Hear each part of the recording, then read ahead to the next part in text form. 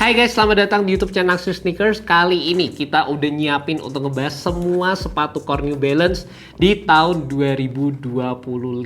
Tahun ini New Balance menurut gue gokil banget. Mereka banyak ngelakuin adjustment, banyak ngelakuin rilisan-rilisan yang gokil, banyak model baru, dan di akhir video gue bakal nge-breakdown ke kalian mana rilisan yang menurut gue paling menarik dan paling worth it juga. Disclaimer juga sebelum kita ke pembahasan sepatunya satu persatu, di sini udah banyak banget ini sepatu. Ini merupakan rilisan yang hot di tahun 2026 ya, dan ini merupakan item-item yang pastinya easy access, bisa kalian temukan dengan gampang. Dan kalau kalian penasaran dengan item-item yang cukup menarik di tahun kemarin, gue juga udah pernah bikin video yang ngebahas sepatu New Balance Core tahun 2024. And without further ado, langsung aja guys, let's check it out. Yang pertama di awal tahun dan jadi sepatu terpanas tahun 2025 ini pastinya ada New Balance 1906L. Ini tuh jadi salah satu rilisan yang gokil banget dan mendobrak dunia persepatuan juga, dimana New Balance tuh menggabungkan salah satu cushioning system dan juga tooling dari sepatu New Balance 2002R dan juga 1906R yang pastinya udah terbukti nyaman, banyak banget dipakai dengan konsep implementasi upper yang terbilang lebih modern dan in dengan tren saat ini. Look sepatunya tuh bisa dibilang cukup kompleks, layering materialnya banyak, garang banget secara eksekusi, tapi nyaman juga gitu pas dipakainya. Itu yang menurut gue paling penting di perilisan seri 1906L ini. Makanya sampai sekarang dengan New Balance ngerilis seri ini, brand-brand luar pun tuh juga sampai melek ke modelan sepatu kayak gini. Bahkan Nike juga sampai merilis beberapa sepatu dengan tema loafers juga guys. Dan pastinya nggak cuma dari brand luar ataupun brand-brand besar seperti Nike, tapi brand lokal pun juga banyak yang model sepatunya terinspirasi dari sepatu New Balance 1906L. Makanya gue ngerasa New Balance waktu ngerilis sepatu ini tuh jadi langkah yang sangat-sangat bagus, sangat-sangat gokil, dan bikin New Balance tuh tetap relevan terutama di tahun 2025, mengingat dari sisi persaingannya sendiri juga udah kenceng banget di tahun ini.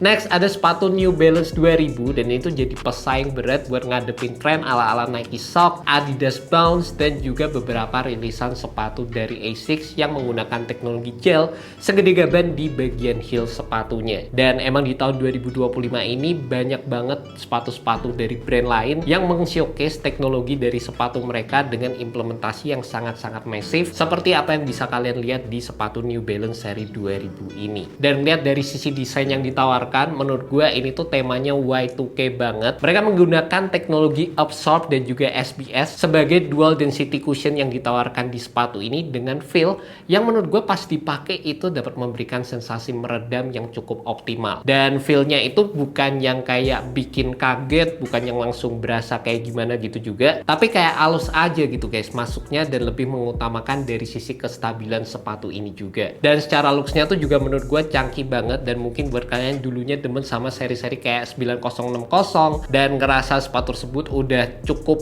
ada di jajaran sepatu kalian, pengen sesuatu yang beda aja, seri 2000 ini bisa jadi salah satu evolusi yang berasa beda di tahun 2025 ini. Next ada sepatu New Balance 2010 yang ini dijual dengan harga 2.599.000. Dan makin sering gue pakai sepatu ini, rasa-rasanya ini jadi salah satu sepatu yang gue demen gitu makainya. Berasa kayak nyaman banget secara keseluruhan, dan gue juga demen banget sama secara pemilihan material yang berasa premium di sepatu ini. Gue ngerasanya model 2010 ini bakal jadi kayak evolusi dari sepatu 2002R gitu. Kalau yang tadi 1906R kan itu udah dikasih evolusi di versi L-nya. Kalau 2002R ya ini nih model baru 2010 yang secara kenyamanan menurut gua gokil banget dengan adanya implementasi cushion gabungan dari Absorb dan juga SBS di bagian heelnya. Feelnya tuh berasa kayak empuk banget, bisa meredam juga, dan ini tuh menurut gua jadi salah satu sepatu yang cocok kalau dipakai buat traveling, buat jalan lama, buat berdiri lama. Cuma memang yang bisa di-upgrade dari sepatu ini adalah dari sisi ventilasi sepatunya yang berasa agak panas aja secara keseluruhan. Itu bisa diakali dengan penggunaan kaos kaki yang secara absorbingnya lebih oke, ataupun kalau kalian misalnya menggunakan sepatu ini di kondisi ruangan indoor ataupun waktu keadaan malam hari yang nggak langsung kena terik matahari, ini aman banget guys. Selanjutnya gebrakan dari New Balance lagi waktu mereka ngerilis seri 204L. Dan menurut gue ini tuh jadi salah satu rilisan favorit versi gue untuk New Balance di tahun ini. Dimana mereka tuh mempelajari banget dari tren yang udah ada beberapa tahun ke belakang atau sebenarnya 1 tahun lalu gitu. Puma Speedcat jadi salah satu sepatu yang happening banget dengan implementasi desain dari midsole yang berasa ceper. Dan New Balance mereka bisa ngambil model tersebut, mereka mengimplementasikan DNA dari sisi uppernya modelan Maze Runner kayak gini, dan eksekusinya tuh berasa gokil banget. Ditambah juga secara harga, sepatu ini dijual dengan harga 1.699.000, which is menurut gue itu juga sangat-sangat bersaing. Ini secara looksnya menurut gue juga cakep banget, apalagi ada warna mushroom yang sampai sekarang di Indonesia masih sangat-sangat susah didapetin dengan full build suede di bagian uppernya. Itu gokil, emang sekeren itu. Dan mereka tuh juga ngeliat gitu, dari sisi dulunya New Balance pernah ngerilis kolaborasi bareng sama Miu Miu, bahkan sekarang tuh masih ada banyak orang yang seneng banget sama sepatu tersebut, tapi emang harganya tinggi, kayaknya kalau nggak salah tuh sampai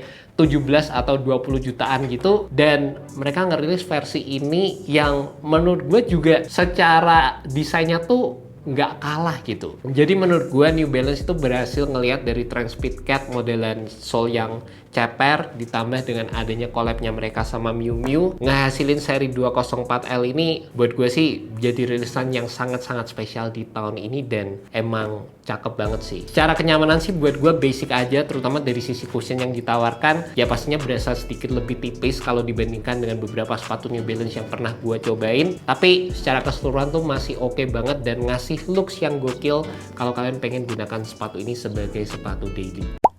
Selanjutnya ada sepatu New Balance 991 V2, dan gue nobatin sepatu ini tuh jadi sepatu New Balance paling worth it di tahun ini. Secara harganya gue bisa ngedapetin pakai diskon gitu, dan sepatu ini retailnya 4,5 juta. Gue bisa ngedapetin sepatu ini di harga 2,5 juta. Potongan 2 juta lumayan banget. Bisa buat ngedate, bisa buat beli pulsa, bisa buat nonton, makan pun juga bisa guys. Lumayan gitu. Dan kalau di tahun kemarin gue bilang sepatu New Balance paling worth it ada seri 990 V6.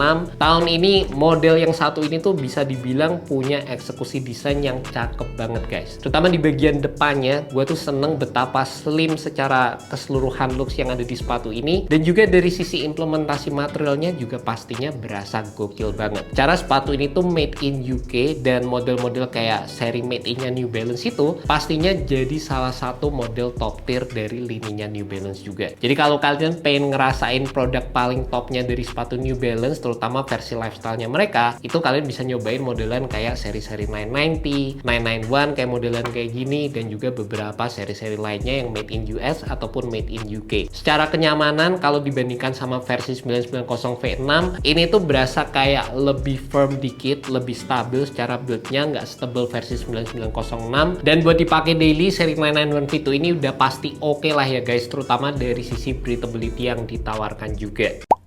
Dan selanjutnya gue juga pengen shoutout untuk rilisan dari New Balance Grade di tahun ini, dimana mereka masih menunjukkan di beberapa koleksi-koleksi klasiknya mereka. Klasik tuh bukan berarti jadul gitu, tapi maksudnya klasik yang udah happening di beberapa tahun ke belakang. Contohnya kayak ini seri 530 all time favorite. Banyak banget yang pakai ini terutama untuk kegiatan traveling gitu guys. Banyak yang bilang juga ini sepatu paling enak, terutama cewek-cewek itu banyak banget yang bilang ini sepatu nyaman banget. Terus satu lagi di sini juga ada seri 9060, dan entah kenapa ya guys, ini tuh beberapa kali gua pakai. Ternyata pas gua pakai sepatu ini, lama-lama tuh emang enak dan keren juga gitu loh. Looksnya tuh emang sebalki itu. Dan di tahun lalu gue sempat bilang ini jadi salah satu model New Balance yang gue kurang favoritin. Tapi ternyata pas sering dipakai, sering dirasain, demen gitu guys. Terutama dari feel cushionnya yang soft, terus dari betapa stabil sepatunya, ini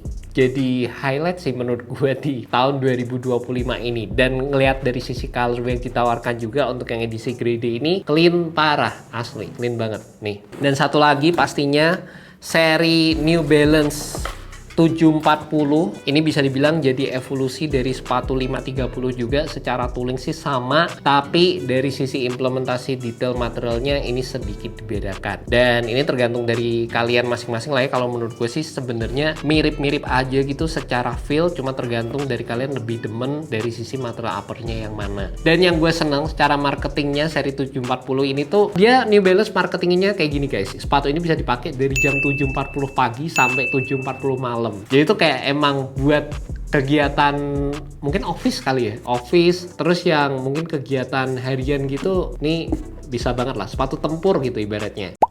Selanjutnya beberapa item dari New Balance yang nggak ada di studio tapi sering kita bahas di vlog daily kita guys. Yang pertama di sini ada New Balance 370. Ini modelan yang menurut gua cocok banget digunakan sebagai seri lifestyle terbaru dan looksnya itu fresh banget, dan gue juga demen dengan beberapa implementasi material yang dipakai. Ada perpaduan sama suede, ada meshnya juga, dan ada cracking desain yang ditawarkan di sepatu tersebut. Buat kalian yang demen sama sepatu yang looksnya nggak aneh-aneh, yang simple, ini menurut gue jadi salah satu opsi yang menarik. Dan juga secara harganya ini dijual dengan harga 1.079.000. Kayaknya untuk seri ini juga lagi banyak diskon juga guys. Dan ada juga seri New Balance 471 yang ini menurut gue jadi evolusi dari sepatu New Balance 327 dengan looks yang menurut gue lebih modern, lebih slim, lebih minimalis, lebih cakep kalau menurut gue. Dan mereka juga melakukan beberapa collab yang bikin sepatu ini secara colorway, secara looksnya itu gokil banget guys. Dan juga pastinya ada seri New Balance MT10 yang baru akhir-akhir ini aja masuk di Indonesia. Gue tertarik banget sama sepatu tersebut, pengen nge-review juga, dimana ini merupakan seri sepatu trail tapi dibuat dengan build yang sangat minimalis, sangat clean, terutama dengan adanya penggunaan material suede di bagian uppernya. Secara looksnya ini menurut gue juga cakep banget dan jadi salah satu sepatu New Balance yang mencuri perhatian gue di tahun 2025 ini. And last but not least, di kategori sepatu runningnya New Balance ada seri 1080 V14 dan juga Rebel V5 sebagai dua core item di lini runningnya mereka guys. Gue tahu ada banyak sepatu running New Balance yang lain, tapi yang menurut gue yang jadi core adalah dua seri ini, dimana menurut gue untuk yang versi Rebel V5 ini jadi salah satu pesaing berat dari sepatu Adidas Evo SL juga. Gue demen banget secara eksekusi desain yang ditawarkan, garis-garisnya, colorway-nya cakep, dan menurut gue sepatu ini bakal cocok banget buat kalian para pelari yang mengutamakan pace dan juga memiliki sepatu dengan pemilihan material yang gokil dan juga build yang ringan secara cushion. Yang gue demen juga secara implementasi tangnya ini tuh udah agak berpadded, jadi secara fitnya oke juga waktu dipakai, dan secara stabilitas juga cukup diperhatikan terutama dengan adanya penggunaan fuel cell di bagian cushionnya. Dan untuk versi 1080 V14 ini menurut gue bakal lebih cocok buat kalian para pelari yang pengen pakai sepatu ini buat kegiatan long run, buat recovery run, ataupun buat kalian yang lebih demen secara impact protection di bagian cushion. Gue juga senang di beberapa sepatu runningnya New Balance, terutama yang ini tuh mereka cukup memperhatikan dari sisi durabilitas outsole-nya. Untuk yang versi V5 ini rubber yang diimplementasikan bisa dilihat sendiri, coveragenya cukup banyak. Dan yang versi 1080 V14 ini juga memiliki implementasi rubber yang cukup prominent guys. Dan buat kalian penasaran juga sama full breakdown dari sisi review yang gue tawarkan, video-video dari sepatu yang tadi gue sebutin udah semuanya tersedia di YouTube channel Naksir Sneakers. Dan buat kalian tertarik sama sepatu New Balance yang tadi gue sebutin, kalian bisa cek aja langsung di website dari New Balance Indonesia juga guys. Cuma memang untuk versi dari 1906L beberapa colorway, terutama hot colorway itu udah pastinya sold out. Dan kalau kalian tertarik dengan colorway yang keren, kalian juga bisa cek aja langsung di Hot Sauce Sneakers.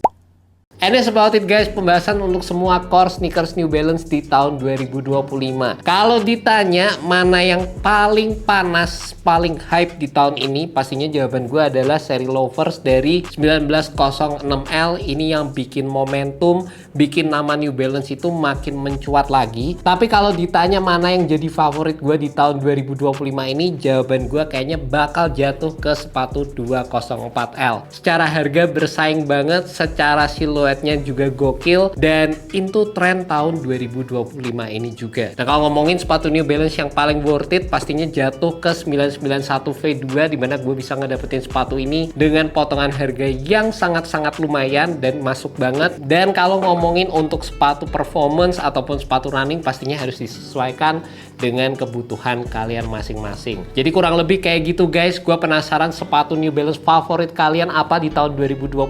Kalian bisa tulis di kolom komentar bagian bagian bawah. Dan gue pengen say thank you juga buat kalian yang udah selalu support channel Naksir Sneakers sampai kita bisa bikin modelan review kayak gini guys. Sepatu-sepatu bejibun kayak gini kita bisa jadiin di satu video seperti ini. Jadi thank you so much buat kalian udah selalu support, dan buat kalian yang mungkin suka dengan konten-konten yang gue bikin, pastikan kalian subscribe, nyalain tombol loncengnya juga, dan jangan sampai ketinggalan sama video-video terbaru kita. Thank you so much buat kalian udah nonton, and see you next video guys. Semoga video ini bisa membantu dalam menemukan sepatu yang cocok. Alright, peace. Dia bawa kayak gini, oke kalau ini. Bagi.